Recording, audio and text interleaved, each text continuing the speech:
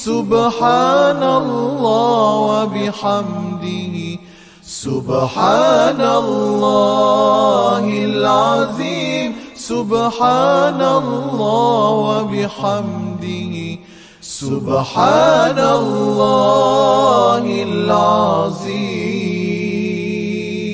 سبحان الله وبحمده سبحان الله العظيم سبحان الله وبحمده سبحان الله العظيم سبحان الله وبحمده سبحان الله العظيم سبحان الله وبحمده سبحان الله العظيم سبحان الله وبحمده سبحان الله العظيم سبحان الله وبحمده سبحان الله العظيم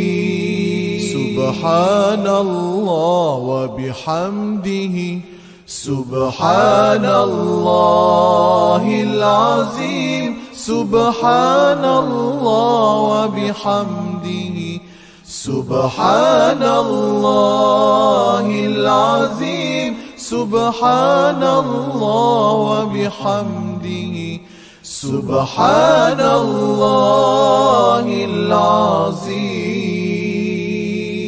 سبحان الله وبحمده سبحان الله العظيم سبحان الله وبحمده سبحان الله العظيم سبحان الله وبحمده سبحان الله العظيم سبحان الله وبحمده سبحان الله العظيم سبحان الله وبحمده سبحان الله العظيم سبحان الله وبحمده سبحان الله العظيم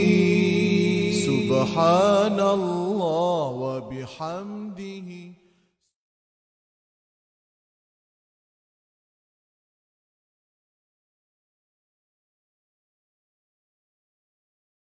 على الأرائك لا يرون فيها شمسا ولا زمهريرا ودانية عليهم ظلالها وذللت قطوفها تذليلا ويطاف عليهم بآنية من فضة وأكواب كانت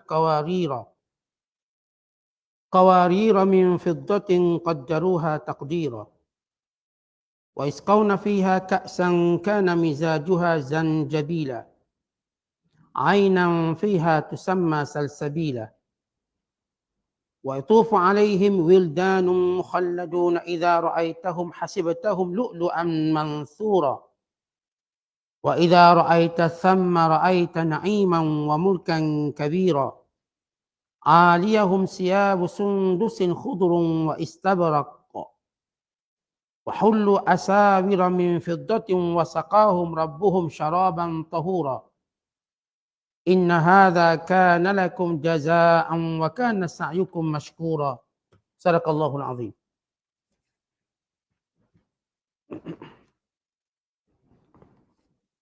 Mereka berehat di dalam syurga dengan berteleku di atas pelamin-pelamin yang berhias. Mereka tidak nampak di situ adanya matahari. Usahkan hawa panasnya.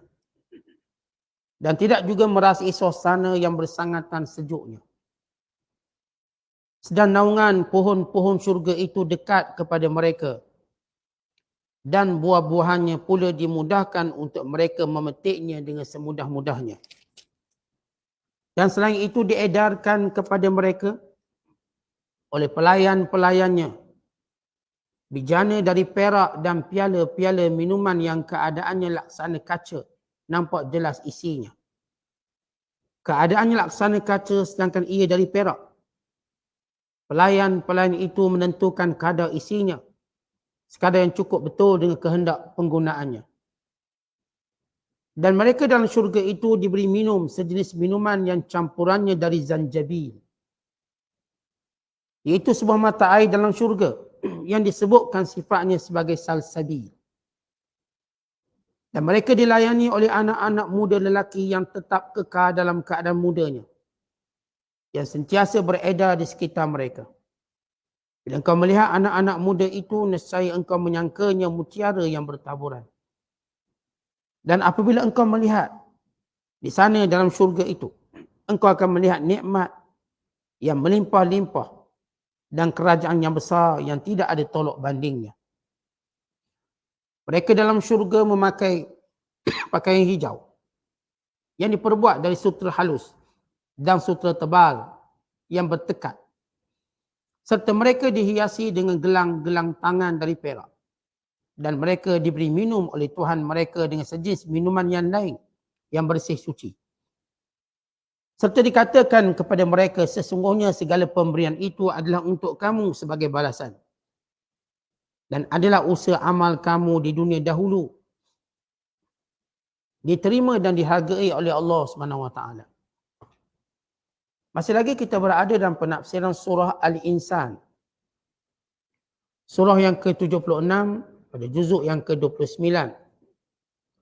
Bermula ayat yang ke-13 sehinggalah ayat yang ke-22. Ayat-ayat yang kita bacakan ini menceritakan balasan kepada ahli syurga yang telah kita sebutkan sifat mereka sebelum ini. Itu 3 sifat utama mereka dalam melaksanakan perintah Allah Ta'ala, dan sifat mereka yang suka memberi makan, dan sifat mereka yang senantiasa takut akan azab Allah. Maka Allah Ta'ala melengkapkan ataupun menceritakan lagi tentang bentuk balasan keadaan mereka dalam syurga. Kalau sebelum ini kita telah menceritakan bagaimana pakaian ahli syurga daripada sutera.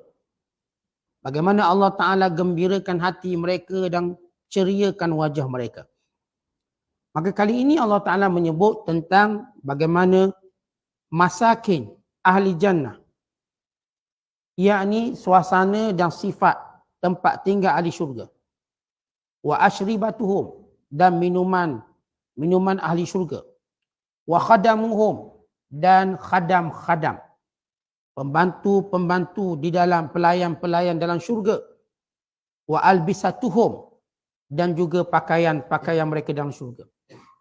Bila Allah Ta'ala menyatakan dengan firman-Nya, muttaqi'ina fiha 'alal araik,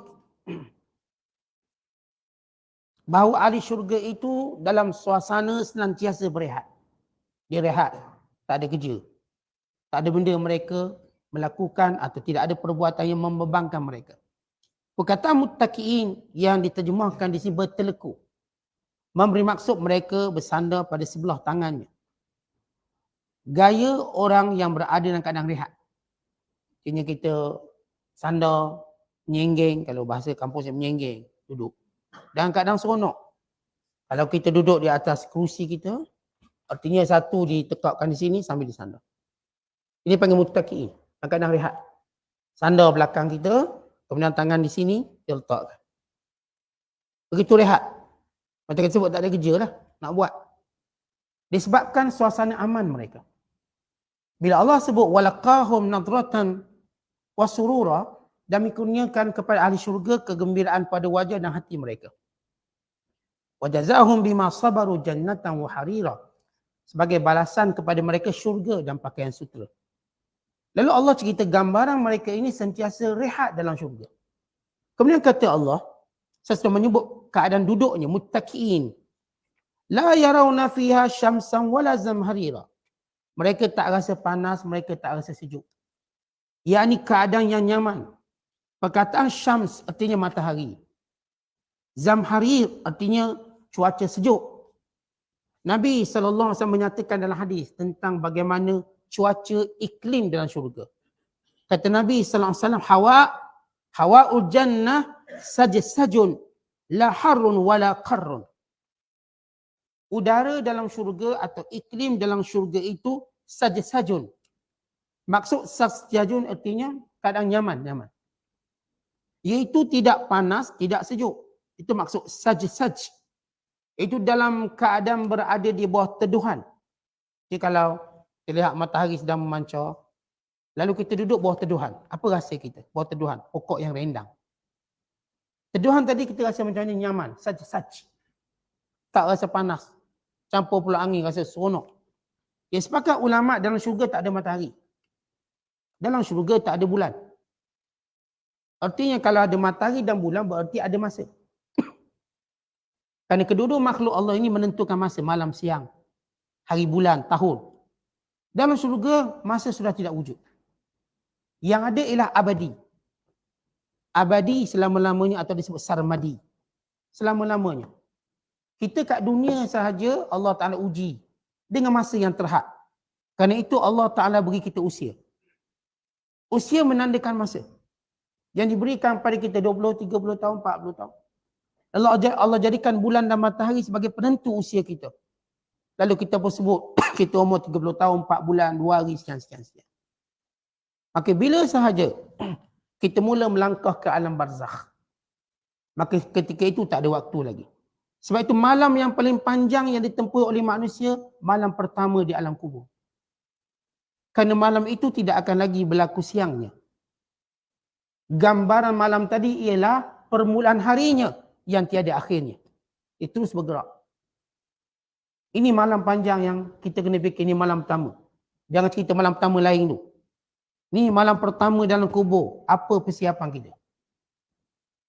Cuba cerita dan cuba muhasabah diri. Apa persiapan kita untuk malam pertama yang dahsyat ini? Malam di mana pasangan kita telah dipisahkan dari kita. Anak-anak kita juga. Kawan-kawan, teman taulan kita. Harta benda dan seluruh yang kita miliki dan kita sayangi. Bersendirian pada malam yang paling panjang. Kalau kita bahagia, maka bahagialah kita. Dan apa selepas itu menjadi mudah. Kalau sebaliknya, maka la haula wala quwata illa billah. Jadi daya dan upaya melainkan Allah. Melainkan datang daripada Allah, pertolongan Allah. Maka ini malam yang panjang. Dan bila mana manusia dibangkitkan, tiada lagi istilah matahari yang menentukan masa. Ataupun bulan yang menentukan hari. Dan demikian dalam syurga kelak. Tapi kenapa Allah Ta'ala menyebut dalam ayat ini, la yarawna fiha syamsa, mereka tak tengok matahari. Tak tengok matahari maksud tak wujud matahari. Dalam terjemahan Pimpinan Rahman menyebut, kalau matahari pun tak nampak, maka lagilah tak ada panasnya. Sebab kepanasan asalnya daripada matahari. Dan bila sebut dalam syurga tu tak ada matahari, apakah makna sejuk? Dan Allah menyebut wala zamhariyah, sejuk pun tak. Itu dijawab. Tiada kepanasan, tiada kesejukan. Yang ada ialah kenyamanan. Sebab itu Allah mulakan dengan muttaqiina 'alal araik.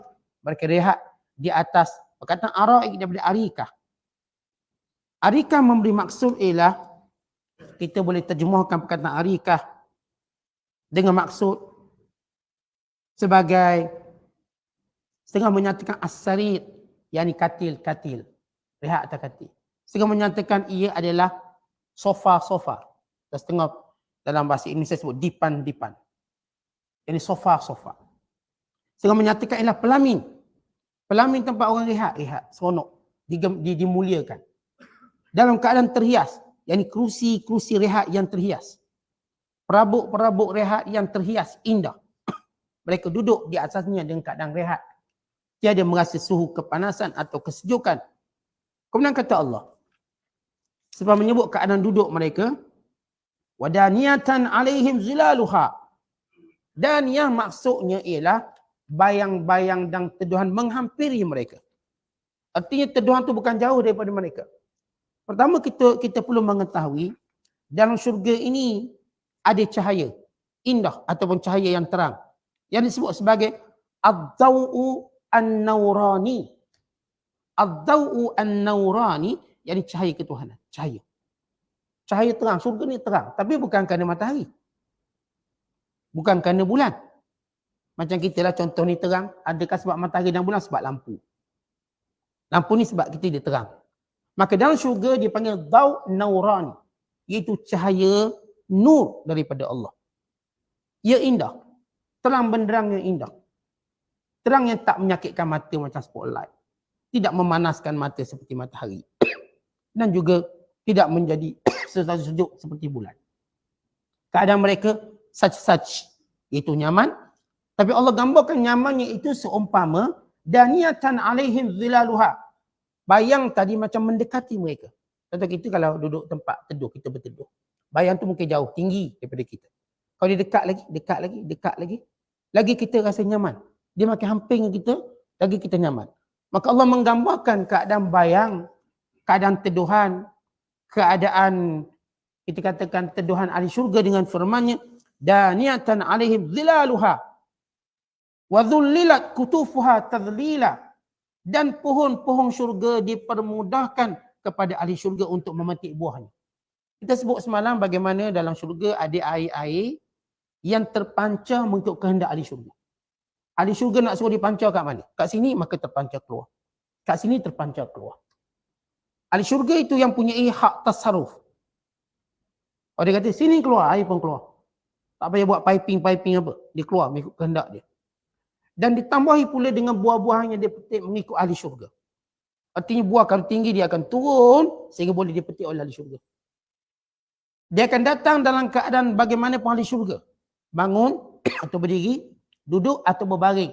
Maka daniyatan alaihim zilaluha. Buah itu turun menurut kehendak ahli syurga. Dia petik, setiap kali dia petik maka tumbuh. Dia petik lalu tumbuh. Tak adalah petik kita kira-kira ada 10 biji lagi. Tak boleh petik lagi, dah ada 10 biji lagi. Tak, ini petik, tumbuh, petik, tumbuh, petik, tumbuh. Begitu keadaan buah-buahan. Sebab di antara kenikmatan, bila kita masuk dalam taman, kita masuk dalam kebun, apa nikmatnya? Teduh, menghijau, teduh lagi apa? Petik buah. Tapi bila kita masuk dalam kebun, masuk dalam ladang taman, apa yang menjadi nikmat? Petik buah. Itu kadang-kadang kita pergi mana? Cameron Highland. Bukan kita pergilah, tuan-tuan pergi Cameron Highland. Tuan-tuan pergi Cameron Highland, buat apa? Petik strawberry. Seronok bayar RM10 ke, RM20 ke. Ambil bekas lagi petik. Seronok petik buah. Kena pula buah rare. Buah rare nampak macam, nampak stylish sikit lah strawberry. Kalau petik buah mempelang tak nampak stylish sangat. Tu mempelang buruk atas pokok je. Strawberry, apple, dapat petik buah peach. Kan nampak macam hebat. Maka Allah menggambarkan, ni awak duduk dalam syurga, yang buah-buahannya yang menambahkan keindahan, kenikmatan, lalu kenikmatan dengan memetiknya mengikut kehendak ahli syurga. Dan yang ta'rif, tak payah pakai galah, tak payah nak panjat, nak kokah naik, ngokah naik, tak payah. Dia turun mengikut kehendak ahli syurga. Ahli syurga tu tengah baring, buah tu turun ikut dia. Dia duduk, turun ikut dia. Tak apa lagi yang ada dengan nikmat dunia yang kita nak banggakan. Kita tengok ni je cukup. Kita dapat rehat dah cukup. Kalau syurga itu cuma tempat rehat itu sudah cukup nikmat untuk kita berusaha keras mendapatkan syurga. Apatah lagi dengan pelbagai nikmat. Kalau syurga ni cukup di sebagai tempat rehat. Nescaya kita tuan-tuan dah bersungguh-sungguh untuk dapatkan tempat rehat. Yang akan tanpa sakit, tanpa penat, tanpa wungsing, tanpa gelisah, tanpa sedih. Inilah dia sifat syurga. Kemudian kata Allah, sebab menyebut buahan yang dipetik, wa yutafu alaihim bi aniyatin min fiddah wa akwabin kanat qawarira, dan datang pelayan-pelayan membawa bekas-bekas air. Membawa bekas-bekas air min fiddatin, daripada perak. Wa akwabin, dan pinggang-pinggang. Dah bekas air, ada setengah ulama menyatakan aniyah artinya seperti kendi air. Akwab yang ni cawan-cawan gelas-gelas. Jadi dibawa ni cari airnya, gelas-gelasnya, prepare untuk serve ahli syurga. Macam kita tengok waiters datang pada kita, waiters datang, bawa bekas air ni, bawa cawan untuk dituangkan air.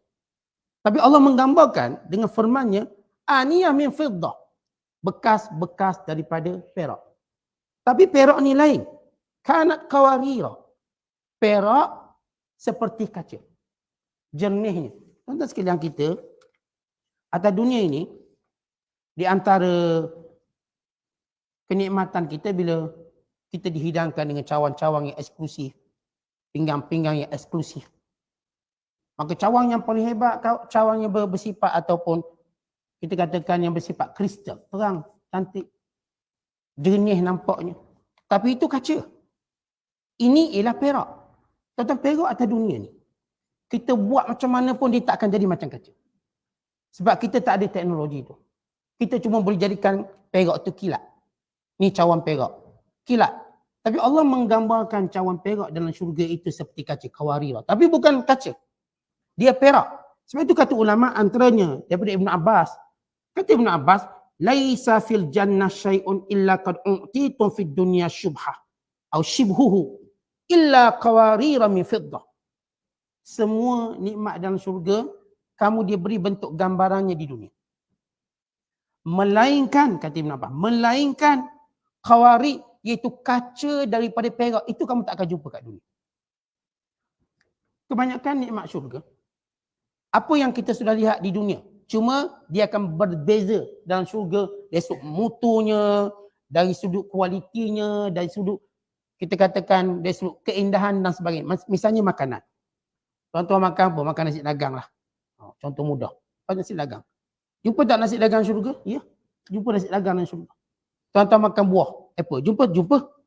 Kerana syurga kata apa? Kullama ruziku minha min samaratin rizqa. Qalu hadha alladhi ruziqna min qab wa atu bihi mutasyabiha. Setiap kali mereka diberi rezeki, setiap kali mereka diberi makanan dalam syurga, mereka kata ni pernah kami jumpa kat dunia.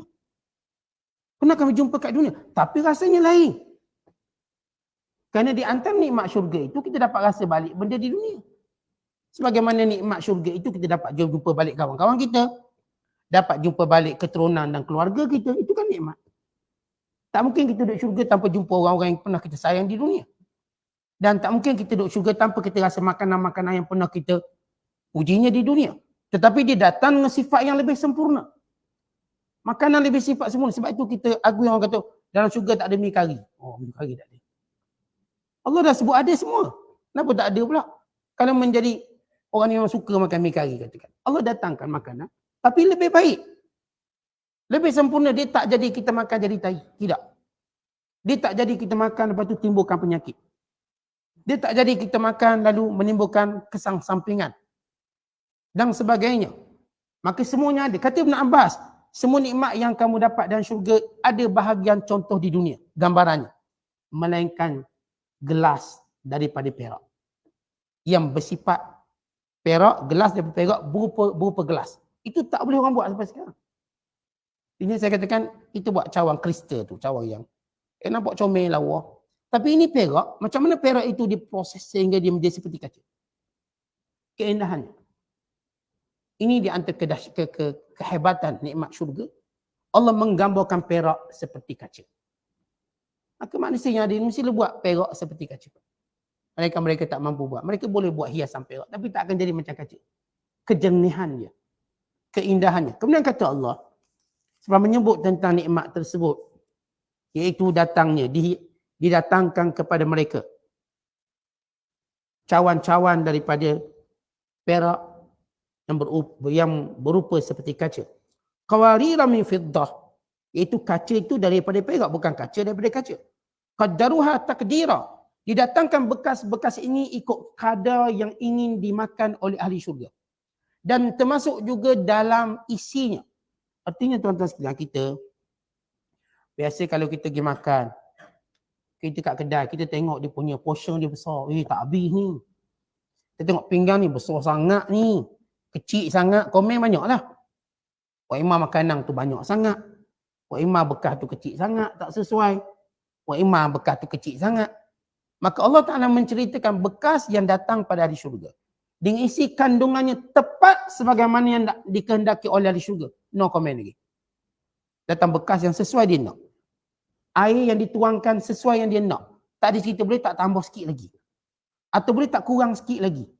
Kan biasa kalau kita pergi kedai ni, Kalau dia letak air, tuang air, dia kata ni macam banyak sangat. Boleh tak separuh. Dia letak nasi, macam sikit sangat. Kedekut tambah sikit. Macam tu kita selalu komen. Tapi tidak layanan dalam syurga. Layanan dalam syurga sempurna sehingga tak ada ahli syurga kata minta tambah lagi. Tak sempat mereka kata nak tambah, mereka dia tambah. Tak sempat mereka punya keinginan, mereka dikabulkan. Sehingga disebut dalam hadis Ibnu Abi Dunya, bila syurga melihat burung saja, indah burungnya, maka diturun menjadi hidangan. Bau puji, lawa burung ni. Kerana setiap benda kita lihat, kita ingin memilikinya.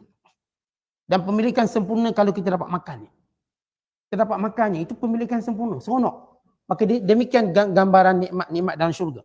Kemudian kata Allah Ta'ala, wa yusqawna fiha ka'san kana mizajuha zanjabila. Dan mereka diberi minum dengan cawan-cawan piala. Ka's kita dah sebut semalam, ka'sun ialah cawan berupa piala. Ka'sun. Kana mizajuha, campurannya ialah zanjabila. Dulu kita sebut orang beriman, innal abrara yashrabuna min ka'sin kana mizajuha kafura. Orang beriman dia akan minum arak yang dicampur dengan kafur. Kafur sifatnya sejuk dan wangi. Maka datang lagi minuman arak bagi penduduk syurga. Kali ini arak campurannya ialah halia. Zanjabil ni halia. Tapi bila kita sebut halia, kita pun dah fikir, halia ni kan pedas. Halia. Kalau saya ni minat halia, tak rasa lah pedas ni.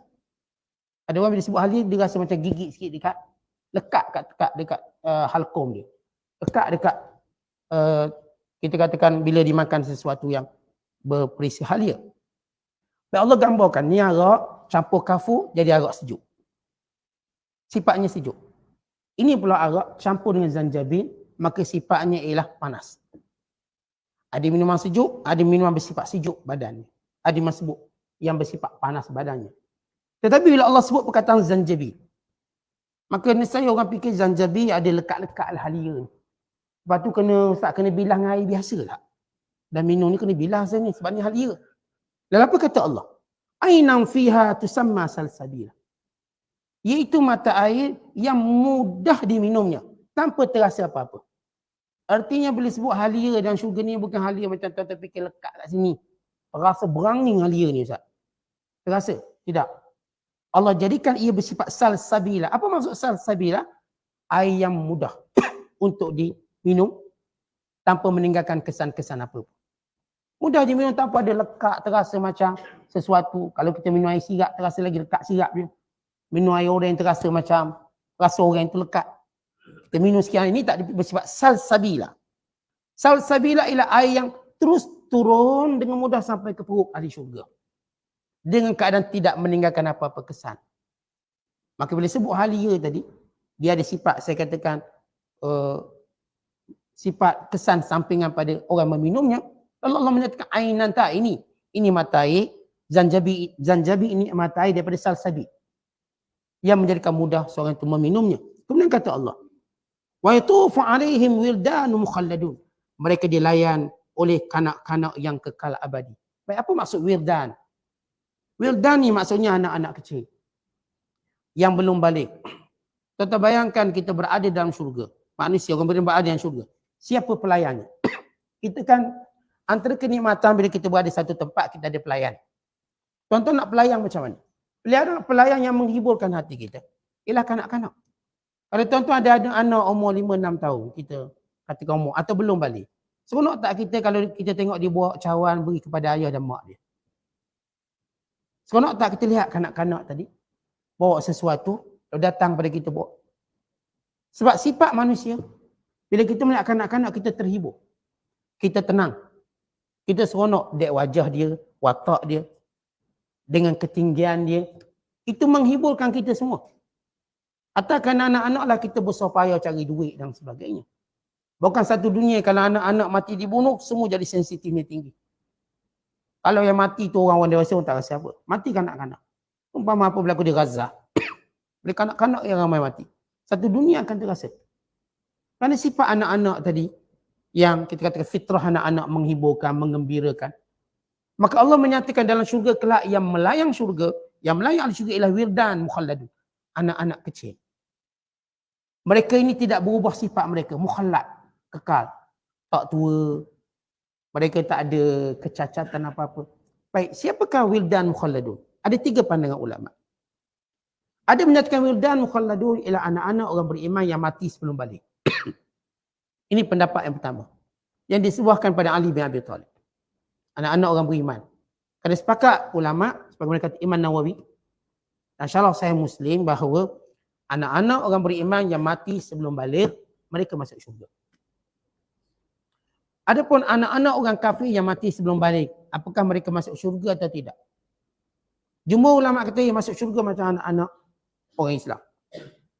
Ada kata tidak. Sama ada mereka masuk neraka ikut ayah mereka. Ataupun mereka ini akan diuji, yumtahanun. Diuji dulu. Kalau memang mereka dicatatkan sebagai ahli syurga, masuk syurga. Kalau neraka, maka masuk neraka. Kelak Allah akan panggil kiamat kelak 4 golongan manusia. Yang pertama ialah kanak-kanak kafir. Kanak-kanak kafir mati sebelum balik. Yang kedua ma'tuh, orang lembang, orang bodoh. Orang-orang yang tak ada akal sempurna, dia panggil. Yang ketiga ialah ahlu fatrah. Ahlu fatwa. Ahlu fatrah ni orang-orang yang hidup pada zaman Rasul tidak diutuskan. Yang keempat orang tua bangka. Tua dah. Maka mereka ni tak sampai dakwah pada mereka dek tua sangat. Dan bila tua sangat, dia nak dengar kuliah pun tak boleh dengar. Tua nak pergi masjid, nak pergi surau. Dia nak dengar pun dia tak berapa faham. Sebab tua, mata tak apa nampak. Kita nak dakwah macam mana orang tua-tua ni? Kalau tua sikit-sikit macam tuan-tuan, okey lah. 40, 50. Ini tua banyak ni. 80, 90. Nak cakap tak dengar. Nak beri sekian-sekian tak berapa faham. Keempat golongan ini akan dipanggil di hadapan Allah. Mereka ini yumtahanun, diuji. Allah uji mereka, Allah panggil 4 golongan. Maka Allah berfirman kepada mereka untuk menguji. Dan kerana Allah mengetahui. Siapa di kalangan ahlus sa'adah, ahli syurga, maka dia masuk syurga. Siapa yang di kalangan ahli neraka, maka mereka ini akan dijauhkan dari, mereka ini akan dimasukkan dalam neraka. Maka datang neraka. Lalu Allah Ta'ala berfirman, masuklah neraka, pergi masuk. Maka sebahagian daripada mereka tak nak masuk. Ya Allah, kami takut api ini. Dengan sebab itu kami berlindung daripada api. Kami takut. Maka Allah tetapkan mereka masuk syurga. Yang satu kelompok lagi Allah kata masuk neraka. Mereka berbondong-bondong masuk neraka. Maka kerana mereka sudah ahli neraka. Dari kecenderungan itu. Ini panggil yumtahanun. Ini salah satu pendapat ulama. Dan pendapat berikutnya menyatakan kanak-kanak balik. Wa imma Islam, wa imma bukan Islam. Mereka menjadi wildan mukhalladun. Pelayang syurga. Disebut dalam hadis bagaimana Nabi Allah Ibrahim menjaga anak-anak kecil. Anak-anak kecil yang mati sebelum balik, sama ada orang Islam ataupun orang bukan Islam. Kan Nabi SAW menyatakan al-maulud fil jannah. Mana-mana bayi, mana-mana kanak-kanak belum balik dalam syurga. Al-maulud fil jannah. Siapa jaganya? Ibrahim AS. Tapi kita kadang-kadang bagi ayat tu bahaya juga. Kan bila ramai umat Islam, kanak-kanak mati di Gaza, mereka kata Ibrahim sekarang sedang sibuk. Sibuk jaga anak-anak syurga, sibuk. Tak ada sibuk-sibuknya. Sibuk baik kita bayangkan. Pernah ni ramai sangat anak syurga masuk ni.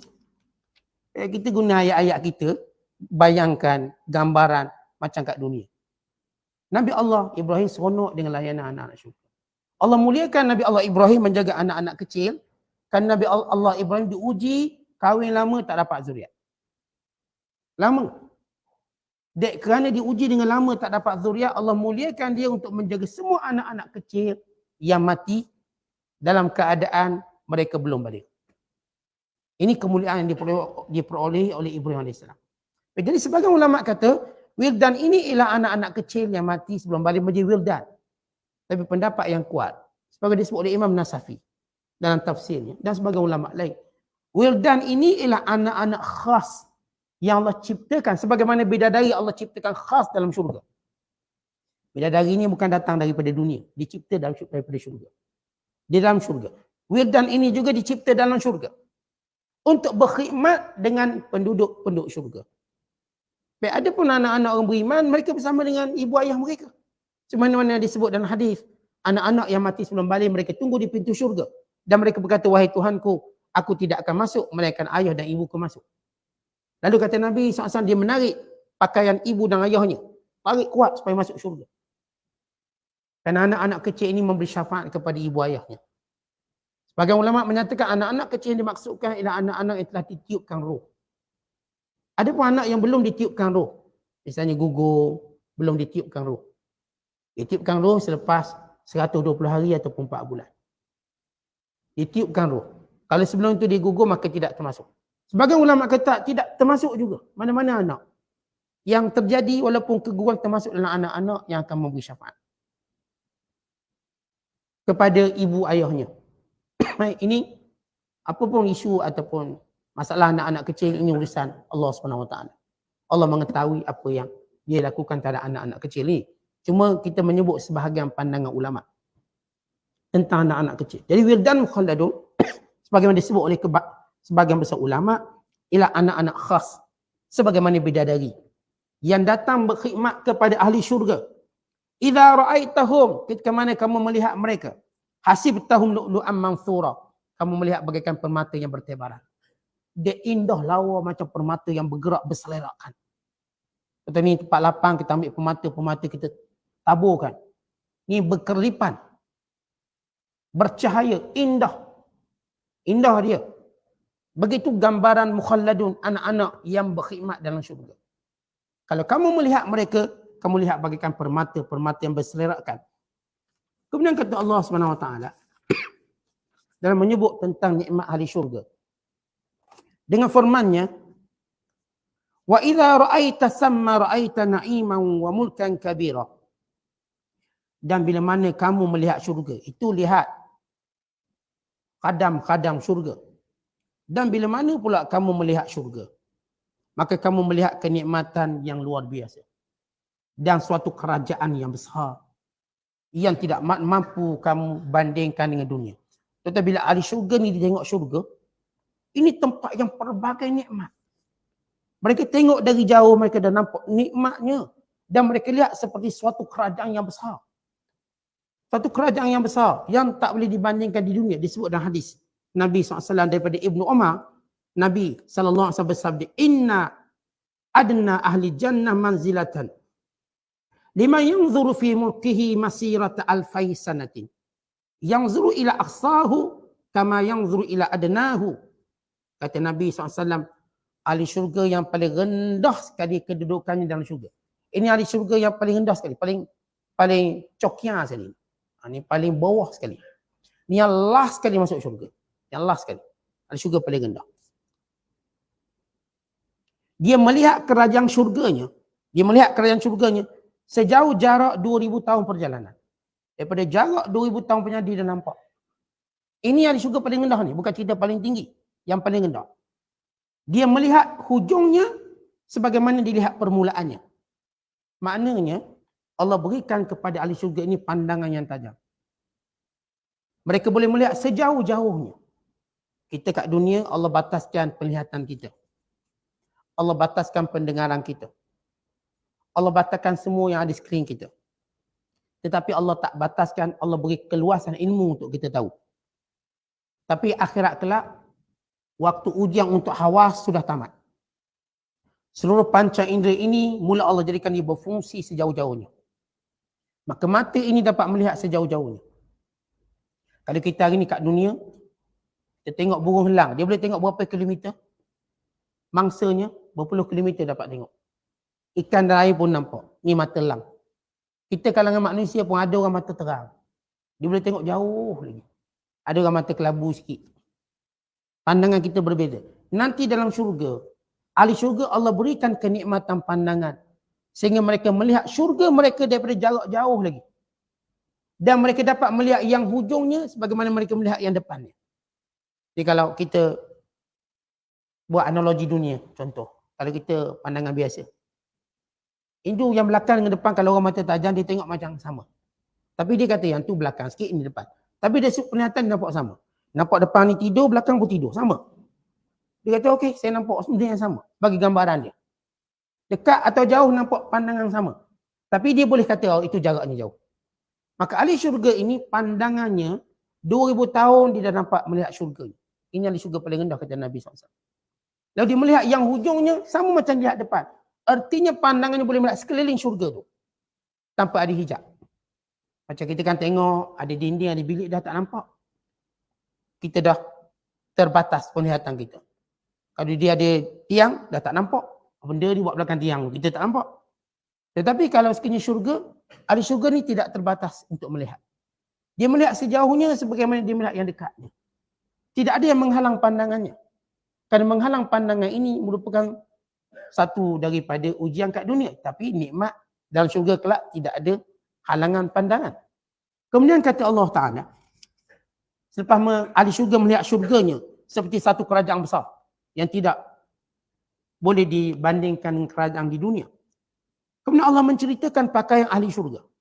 Allah dah cerita tentang minuman, Allah dah cerita tentang layanan, Allah dah cerita gelasnya, cawannya, pinggangnya, Allah dah cerita tentang minumannya. Maka kali ini Allah Ta'ala menceritakan pakaiannya. Kata Allah, aliyahum siyabu sundusin khudrun wa istabrak. Aliyahum, yakni pakaian mereka. Yang di atasnya ialah sutra yang lembut. Khudrun wa istabrak, dan sutra yang kasar. Kata pakaian kita, aliyahum daripada atas, ini daripada atas. Ini panggil zawahir. Belakang ni, dalam ni panggil bawatin. Atas ni ialah sutra lembut. Di dalam ni ialah sutra tebal. Dalam atas ni, bila dia pegang sutra yang lembut. Maka di dalam dia ni, dipanggil bawatin. Itu sutra tebal yang bertekak. Bertekak maksudnya disulam. Dalam ni nampak lembut atas. Ini panggil zawahir. Zawahir ini dalam Allah Ta'ala sebut dengan perkataan aliyahum siyabu sundus. Sundusin khudrin. Pakaian sutra hijau. Wa istabrak, dan sutra hijau tebal. Wa hullu asawira min fiddah, dan dipakaikan gelang-gelang daripada perak.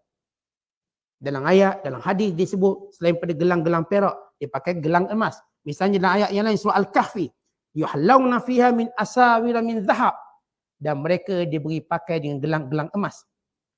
Ahli syurga semuanya akan dipakaikan gelang. Gelang kebesaran, kemuliaan, emas dan perak. Ada yang memakai gelang-gelang emas, ada yang memakai gelang-gelang perak, ada yang memakai keduanya. Mengikut kehendak dia, mana dia suka. Dan pakaiannya ialah pakaian hijau. Hijau, sutra hijau yang paling bermutu. Yang di atasnya lembut dan di dalamnya tebal. Ini pakaian ahli syurga. Kemudian kata Allah, wasaqahum rabbuhum syaraban tahura, dan mereka diberi minum dengan minuman yang menyucikan. Kata Ali bin Abi Talib, bila diminum air ini hilang sifat dengki, hasad, cemburu, semua perangai buruk dalam hati ahli syurga tak ada. Kerana ahli syurga diberikan satu minuman namanya syaraban tahura. Minuman tahur, tahur ni yang suci. Maksudnya yang menyucikan hati daripada segala akhlak buruk. Kita tahu antara benda yang Allah buang di dalam diri ahli syurga ialah akhlak buruk. Sebab itu siapa yang kat dunia lagi dah ada akhlak baik, dia semua punya ciri-ciri ahli syurga. Dan di antara benda yang paling berat dalam timbangan Allah ada dua benda. Pertama takwa, yang kedua akhlak baik. Dan ramai yang masuk syurga kerana akhlak yang baik. Supaya kita tahu nilai akhlak baik. Supaya kita berusaha mendapatkan akhlak yang baik. Tanpa ada hikid, tanpa ada rasa cemburu dan dengki dengan nikmat yang Allah berikan pada orang lain. Sebab apa tuan-tuan, nikmat dunia ni cuma ujian. Dia tak tunjukkan kelebihan. Inilah sebenarnya kita di syurga. Sebab saya dengkilah sebab dia lebih glamour pada saya, popular pada saya. Sebab dia punya Facebook lagi meriah pada saya. Dan ini cuma ujian dunia. Realiti dalam syurga kita akan dapat rasa nikmat yang sama. Maka tak perlu kita nak cemburu dengan perbezaan di dunia sebagai ujian ini. Kerana semua nikmat ini akan hilang. Nikmat dunia ini. Maka diberi minum dengan air yang tahur. Setengah ulama menyatakan, yang dimaksudkan dengan tahur ialah air yang tidak bercampur dengan najis. Air yang tidak bercampur dengan sebarang kotoran. Maksudnya begini, kalau ahli syurga itu diminum air, lepas makan-makan minum air lah. Dan lepas minum air, apa biasanya apa? Biasa berak. Atau makan minum air nak mudah berak. Apakah ahli syurga berak? Tak berak. Air yang diminum tadi tidak membentuk najis selepas itu. Tapi dia membentuk peluh-peluh ahli syurga yang wangi. Ini bila ahli syurga makan, ahli syurga minum, kemudian dia akan menjadi turashyah irqan min abdanihim lahu rihun karihil misik. Maka lepas dia minum, maka keluarlah peluh-peluh dari badannya. Seperti bauan haruman kasturi. Orang Yahudi, bila Nabi SAW menyebut ahli syurga tak berak, tak kencing, mereka kata pelik Muhammad ni. Dia kata kita makan tak berak. Ahli syurga makan tak berak, betul ke? Tak berak. Padahal ini ahli kitab, dia tahu benda tu. Cuma nak cari salah. Maka mereka datang bertemu Nabi SAW. Wahai Muhammad, kau mendakwa ahli syurga makan tak kencing dan tak berak. Lalu kata Nabi SAW, baik. Seorang bila makan, apakah semua makanannya keluar jadi najis? Maka jawab Yahudi, tak. Sebahagiannya. Kalau tuan-tuan makan, apakah semua keluar jadi najis? Tuan-tuan makan katakan sekilo. Makan sekilo tu. Dah timbang dulu kemudian mau makan. Lepas tu bila kita qada ajak, apakah sama berat dengan apa yang kita makan? Jawapannya tak. Apakah keluar semua benda yang kita makan? Jawapannya tak. Yang baik dia akan kekal dalam tubuh kita. Membentuk darah kita, membentuk daging kita, membentuk sekian-sekian. Kerana ia makanan baik dia kekal di badan kita. Yang tak elok dia keluar. Dia keluar daripada badan kita. Maka makanan ahli syurga semuanya elok, maka tak perlu keluar. Sebab semua elok. Yang kat dunia ni tuan-tuan makan, yang jadi kita keluar tu sebab itu tak elok, maka berlaku proses, dia tak boleh duduk dalam badan kita, dia keluar. Sebagai rahmat Allah pada kita. Kalau tidak, lagi cepat kita kena penyakit. Maka sebahagian keluar, sebahagian kekal kat badan kita. Jadi vitamin, jadi kita kata tenaga, bertukar jadi tenaga, bertukar jadi sekian-sekian, ada yang membentuk. Kita makan, dia pun bentuk kulit kita pun jadi licin. Sebab apa? Kuat makan tomato ni. Kulit pun licin. Yang keluar tarik sikit, bentuk kulit licin. Oh ni makan pula yang ni. Oh jadi bagus untuk ni pula. Ni bagus untuk ni pula. Yang baik, dia akan kekal di badan kita. Sedangkan makanan syurga, semua baik-baik. Maka bagaimana keluar je tarik? Tak akan. Bayangkan tuan-tuan syurga, tanpa ada kencing, tanpa ada berak. Betapa hebatnya ahli syurga dengan nikmat mereka dapat. Air kencing tak ada berak. Tak payah kita fikir, ni makan sedap-sedap pun susah hati pula nak cari tandas kat mana ni. Orang cari tandas, susah hati pula kita. Nyesal makan banyak. Sana tak ada benda tu. Kenapa? Kerana syurga semuanya wangi. Semuanya wangi. Dan semuanya elok dan semuanya baik. Maka ahli syurga bila mereka minum, maka mereka minum ma'an tahura. Air yang suci yang membersihkan penghadaman ni. Lalu keluar sebagai peluh-peluh yang wangi. Ini ahli syurga. Kemudian Allah Ta'ala menyatakan, Inna hadha kana lakum jazaa. Sesungguhnya inilah dia balasan yang Allah Ta'ala berikan kepada ahli syurga. Wa kana sa'yukum mashkura. Kerana amalan mereka di dunia diterima oleh Allah Ta'ala. Allah dah sebut orang yang berbakti abrar. Dan kita dah sebut sifat abrar. Mereka suka beri makan, bersedekah, mereka takutkan azab Allah, mereka jaga kewajiban perintah Allah Ta'ala. Lalu Allah Ta'ala menyebut, orang abrar ini, amalan mereka diterima, kerana itu mereka jadi ahli syurga. Sebab itu kita sentiasa berdoa supaya Allah Ta'ala terima amalan kita. Ini Ibrahim, ini Ismail, waktu menyempurnakan binaan Kaabah.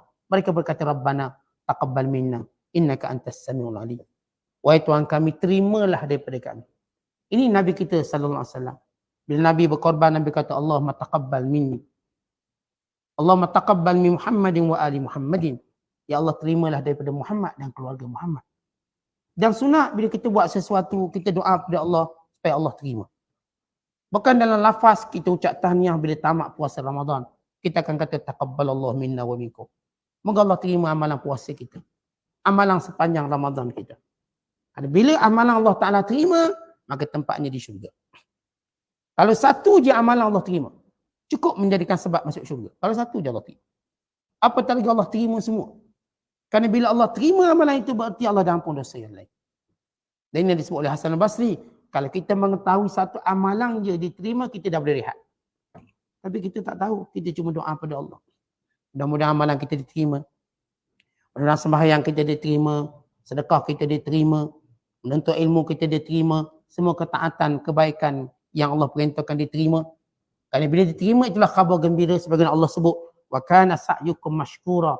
Kerana perbuatan mereka dahulu di dunia mashkura. Diterima oleh Allah.